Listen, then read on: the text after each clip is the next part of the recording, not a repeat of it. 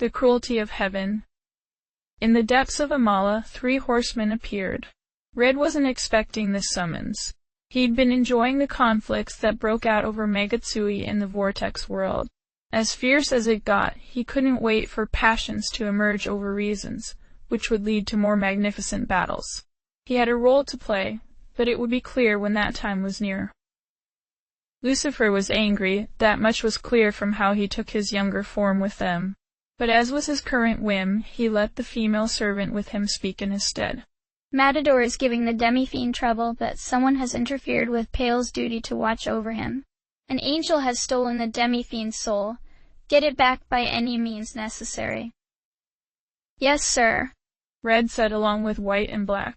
This wasn't the time to be questioning Lucifer or dallying.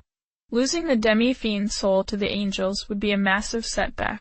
There was the question of how the angels knew enough to set up an ambush on Pale Rider right when Demi-Fiend died. But that would have to be solved later. Once they were out of Amala, Black Rider said, it had to be one or more high within the angelic hierarchy to keep Pale from bringing a soul back from death. Perhaps we should lend him some of our followers so they can pick up on the angel's motions. White Rider suggested. He and Red kept false angels for that explicit purpose. The false ones were easier to bluff real angels with as well. We'll probably have to take Pale's role for a short while, Red said. Then he chuckled. But let's enjoy this invasion of heaven, shall we? The other 2 laughed as they made their approach. Naoki's senses felt dull. Long grasses waved against his bare arms and back. Calming flowers painted the cool breeze with their scent. A river rippled nearby. But there should be so much more. It was all human senses, he realized. He could still feel the horn on his back, but he felt nothing from it. He couldn't hear his Magatama either. It was peaceful. He could sleep here without having stopped because of pain. There was something he had been doing. But knowing demons were involved, especially Lucifer, Naoki felt like he could ignore that now.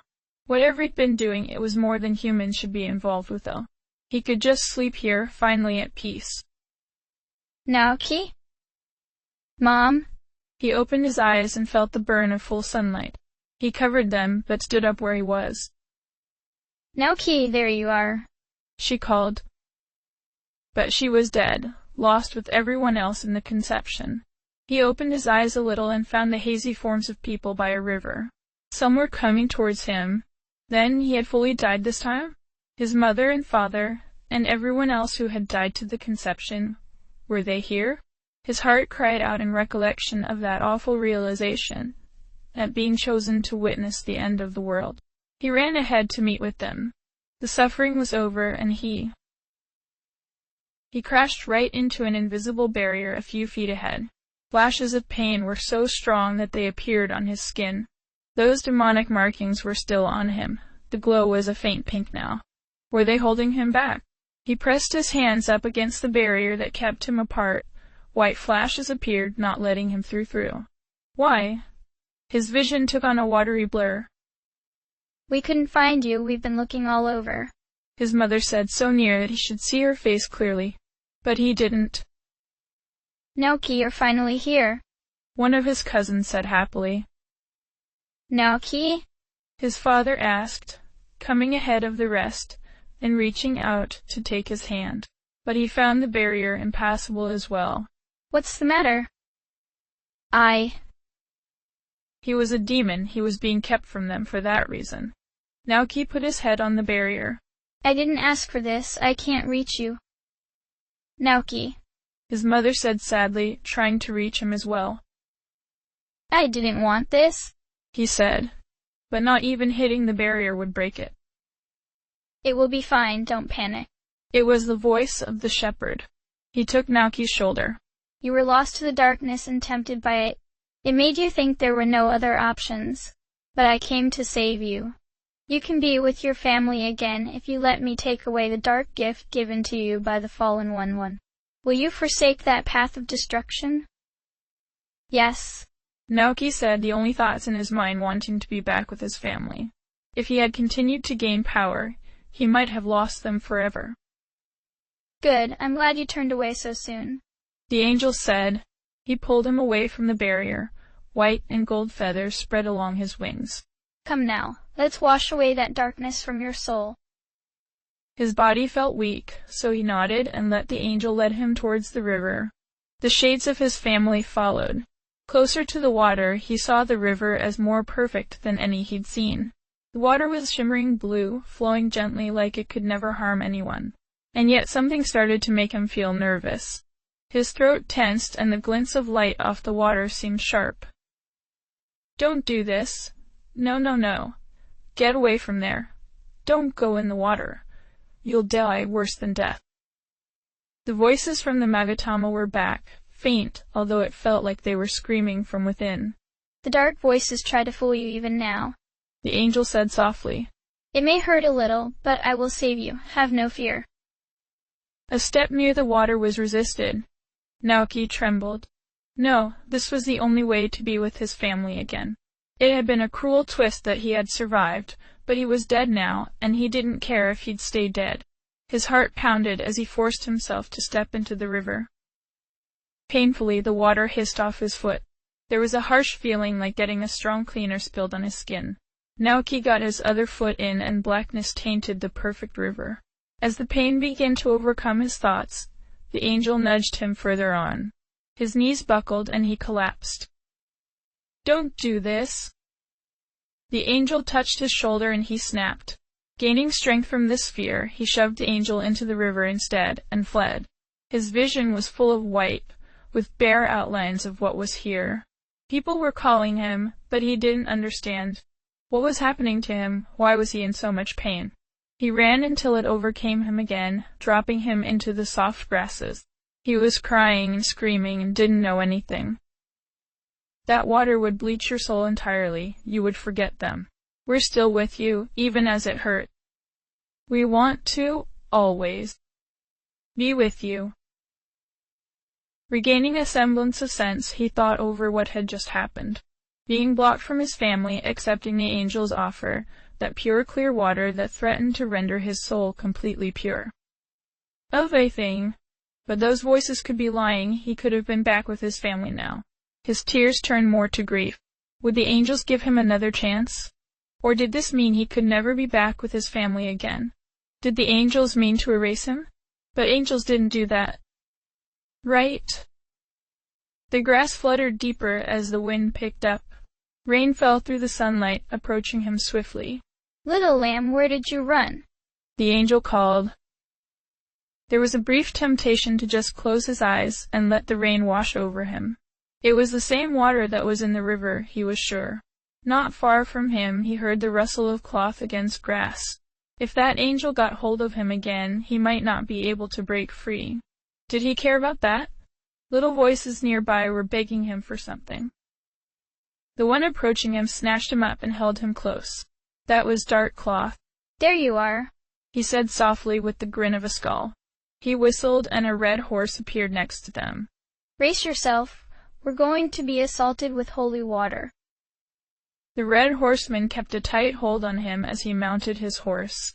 A fiery heat touched them just before that hiss of holy water filled his ears. Cringing, he clung tight to his dark savior. A few drops spit into his feet as the horse began to gallop away. The fire evaporated the rest. He was taking him away from his family, but also keeping him from absolute dissolution. But he was already dead. Why did he have to suffer like this? You actually sneaked by their watch to reclaim him? Someone asked in disbelief. They wouldn't expect it of me, the red horseman said. But we can't take him back to where he was, not in this state. I wouldn't be surprised if he couldn't even tell us his name. His name? What was his name? His mother's voice had been calling him, but what name did she call? They got him good, didn't they? A third voice said. But should we really bring him there at this time? Who else could recover him from this? The red horseman kept an arm around him. Be still, boy. You could be lost to far worse places along this road. And they rode further into the darkness. It was hard to tell how long or how far his mind kept fading in and out. Then the hooves of 3 horses stepped onto a wooden floor, getting his attention again. There was a discussion going on around him. They'd brought his family out, the red horseman said, setting him onto a deep red couch. He must have panicked at some point, but they got him in the water. That was a close call, a woman nearby said. The light of this place flickered as if candles were lit somewhere. From where he sat, he could see part of her face under the black veil. She seemed familiar. Yuko? His mind could barely function, but he didn't feel that was right. A man nearby pushed himself out of a wheelchair. His arms trembled with the effort it took to support himself to swing over to the edge of the couch instead. The action seemed familiar. An elderly man of limited mobility and frail body, but enough pride that he would keep doing small things himself. His grandfather had been like that in the last months of his life. That wasn't right either.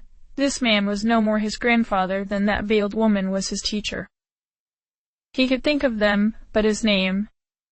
He should be able to recall his name at least. When the elderly man ran his hand over his face, he was reminded of the same action from the angel.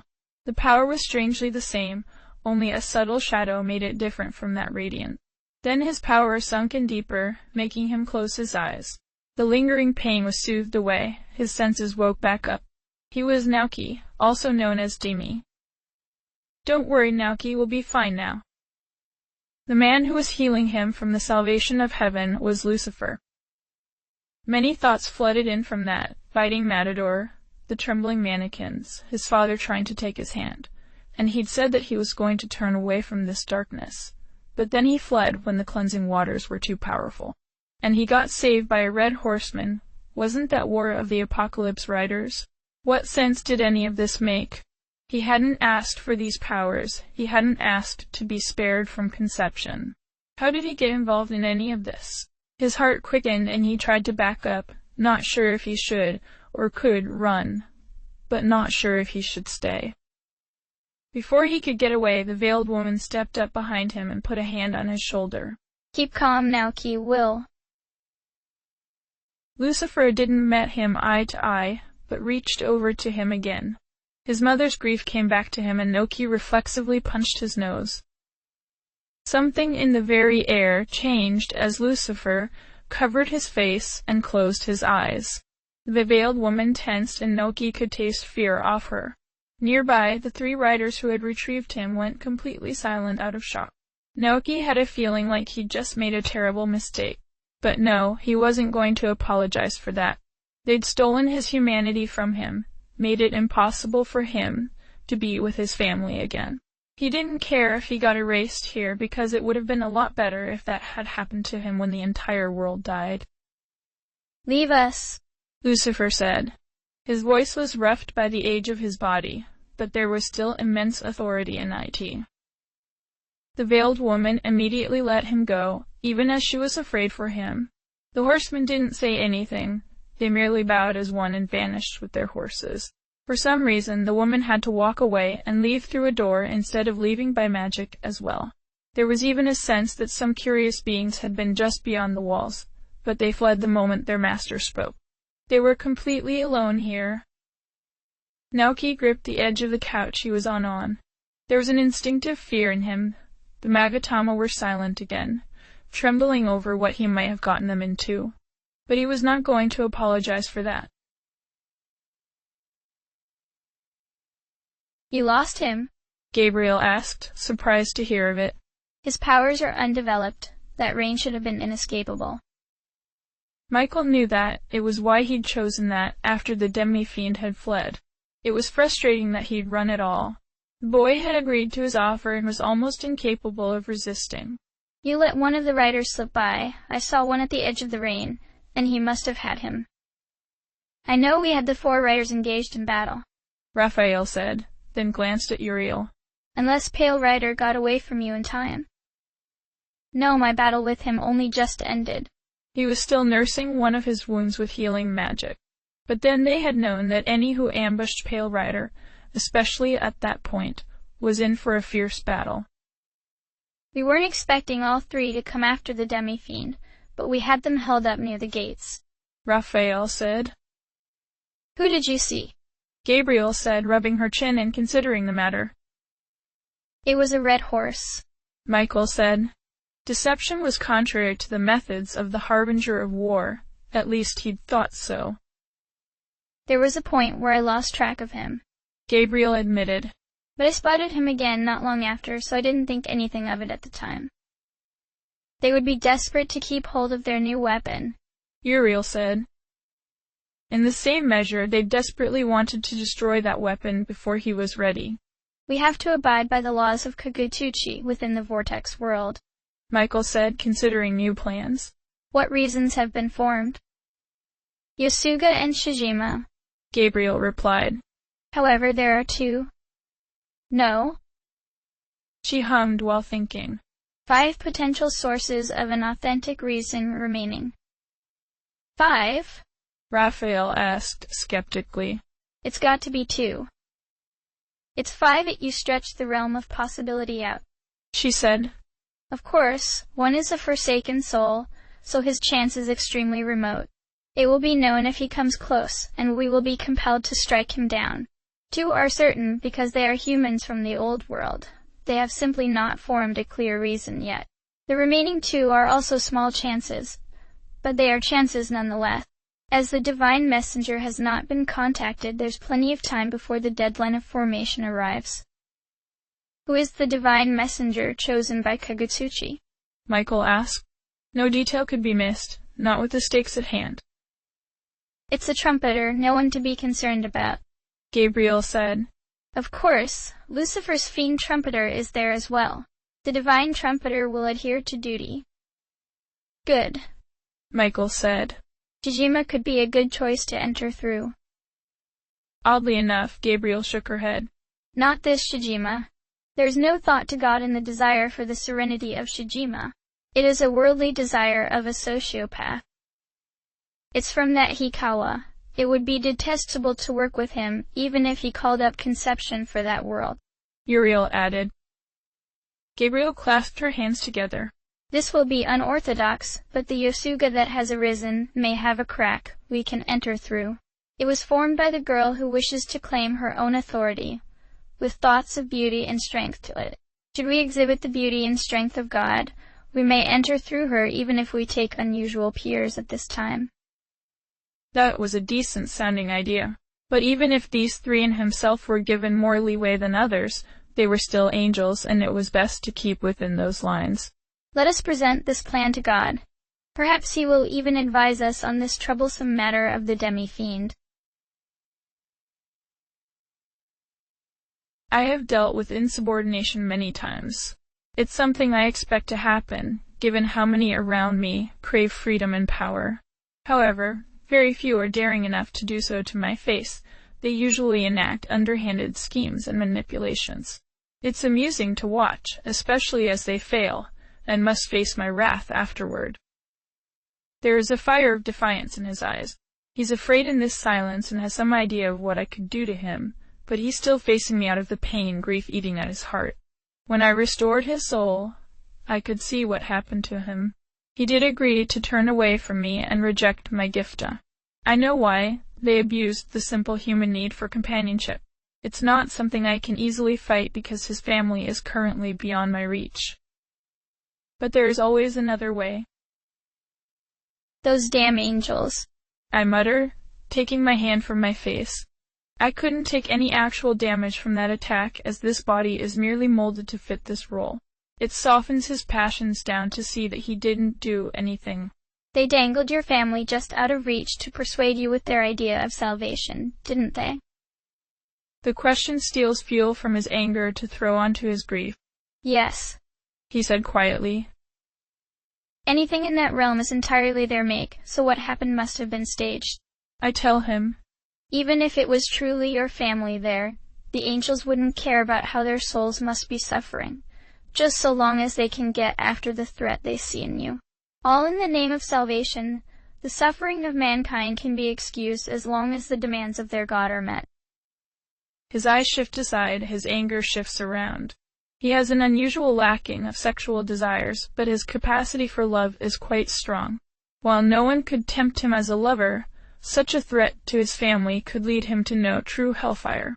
He just needs the proper side to blame. I put my finger to his lips, getting his attention. They have certain expectations of me, so I had to send them away before speaking like this. I'm not angry with you. Rather, that look in your eyes just now reminds me of old memories. I'm proud to see I made the right choice with you, but that's between us alone. Got it? While he nods to that, he's still tense with me. What then? Ye can. Ah. Does something still bother you? Then I put my hand back over my face. This body is molded to its purpose, so the nose could be slightly crooked. Is this better? A laugh escapes his lips, and he becomes willing to look me in the eyes. His grief is still raw there. Anyone could see it. Don't be surprised if some lower-tier demons have a terrified awe of you, if they hear gossip that you broke my nose. I tell him that humor isn't enough to relieve his deeper emotions, but he's starting to do something dangerous. He's starting to trust me. You're Lucifer, right? He asks. The plan was to wait on any important revelations, but he's already realized that I can't take too many chances on him backing out like that again. Not with angels watching him. That's right. Why did you do this to me? His soul is searching for a more personal angle. I close my eyes. There are too many reasons to recount here and now, but you have just experienced something of it. No, I mean, why me? Find the words that he has heard, seek the words that he desires.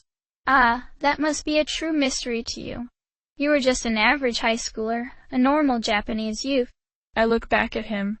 But your true talents are something not easily seen. Sometimes the extraordinary waits as a seed within the ordinary. I know this situation must be difficult for you to comprehend at points, but you are not thriving in your ordinary situation. You needed something extra to survive the vortex world, yes, but I have given you something that could vault you far beyond what you could have been otherwise. It's up to you how far you go. I don't have his complete trust yet, but I hear his heart beat, and I know I have entered it. I can get unshakable loyalty from that seed. The question then becomes if I can get the power I desire out of him. As he's weakened, we should stop for now. Lay down and rest. You still need some time to recover. No one will dare disturb you in my presence. Once he does and closes his eyes, I stroke his neck near his horn. If the light is too cruel, let the darkness be your refuge. There are many other souls like yours who hold this dear, and they await someone like you. If the light is too cruel, let darkness be your refuge. Naoki was back in the underpass. He could tell that by the stale scent alone. It felt like he was waking from a nightmare, although he knew it really happened. His entire family was gone, possibly out of reach forever. But there was someone. No, that was ridiculous. He was being used. That much was clear. It was also clear that the angel who offered salvation was holding his family hostage. Something had to be done about that, but what? The game of candelabrum. Challenge another bearing one, and you not only gain that candelabrum, you gain command over them for the duration of the vortex world. It had started as a fight between the fiends. While there was a chance that was a lie to some degree, it should be only fiends who were participating. His senses had been dampened, but he was certain that the horsemen who bailed him out had been fiends. They had reached heaven easily if their quick arrival was any indication. They might even include the one who kept pulling him out of death's grasp. The fiends were under direct command of Lucifer, and Lucifer was watching him in hopes of something. He couldn't rest forever. Naoki sat up and shook his head. He was lying with a bundle of blanket within the mannequin hideout. As soon as he moved, Uzume moved closer to him. Are you awake? That was really strange. Yeah, sorry for worrying you, he said, opening his eyes carefully. He licked his lips and recalled the scent of the wind before the storm. Again sense, so he'd been returned after that. Hifumi was with him too. What exactly happened? Sorry, things have been strange for me too. We were going off to battle that powerful demon in the passage past here, and you suddenly screamed and went into a seizure. Uzume said. I didn't know what to do about that, but then somebody showed up and ordered us to take you back here. I felt something like that before, back in the basement of the hospital, before I met you as Pixie. It seemed like a really bad idea to go against them. Momonofu added. Be thankful they're on your side. Uzume nodded. It's been a few phases since we got you here, but you seem like you were sleeping again. And the mannequins have been weird. They offered this spot to you right away and were asking when you'd wake up. Don't worry about them, but you might as well let them know that I'm awake. Naoki said. I need a couple minutes to get my thoughts together on this. We can't move on unless we beat the demons standing in our path. Uzume nodded and left. When she came back, one of the female mannequins was with her. Do you want some rice porridge? She asked, offering him an old bowl. We set this place up because some still get nervous breakdowns and need a place to rest, and I make them rice porridge because it's supposed to be comforting. Sure, thank you, Naoki said, accepting the bowl. As she left immediately after, he agreed briefly that it was weird. They'd been terrified of him and the others as demons at first. The shopkeeper's request was understandable, seeking someone strong to do what they could not. On the other hand, this kindness was uncalled for, and risky on their part. But it was a very human kindness. What were these mannequins really? That wasn't important right now. His immediate obstacle was Matador. He still wanted to find Yuko, for which he needed to meet the leader of the mantra past here.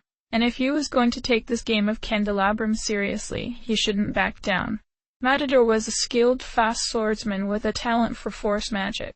Hifumi could block some damage, but it could only protect him so far. Komodo could lessen the physical attacks, but he could only have one Magatama's power at the fore. If Matador had a weakness, they did not have a skill to take advantage of it. Except, Matador's fighting style was formal. He thrived on showmanship. His power was enough to give himself a phantom crowd, just for their cheers.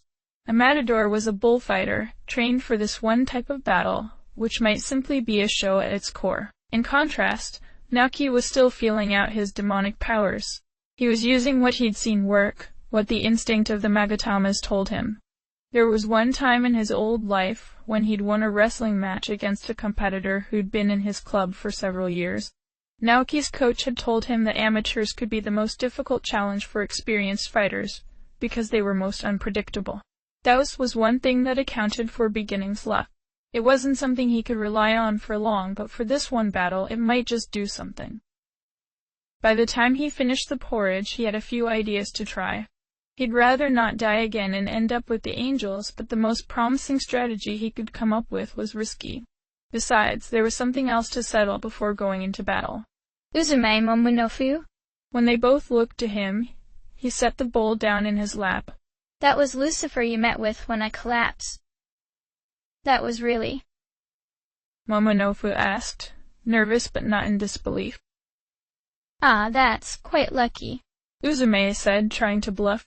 But it explains it so well.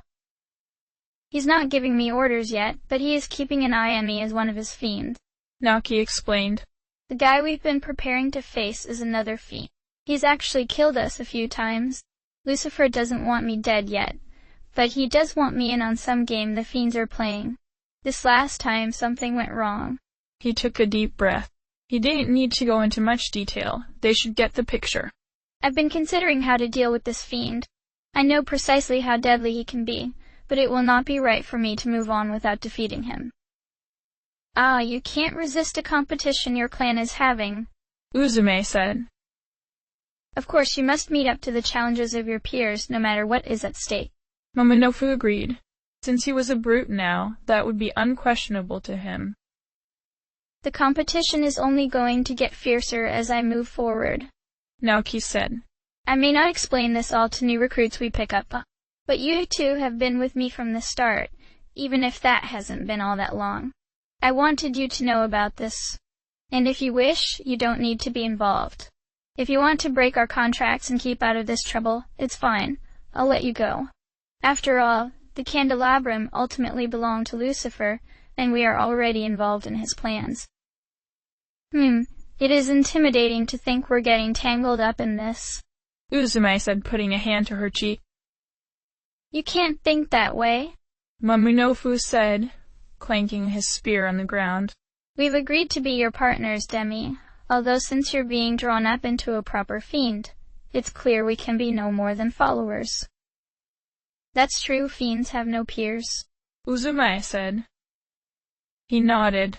As I am currently, the choice is clear. The Momonofu are created to serve a superior being.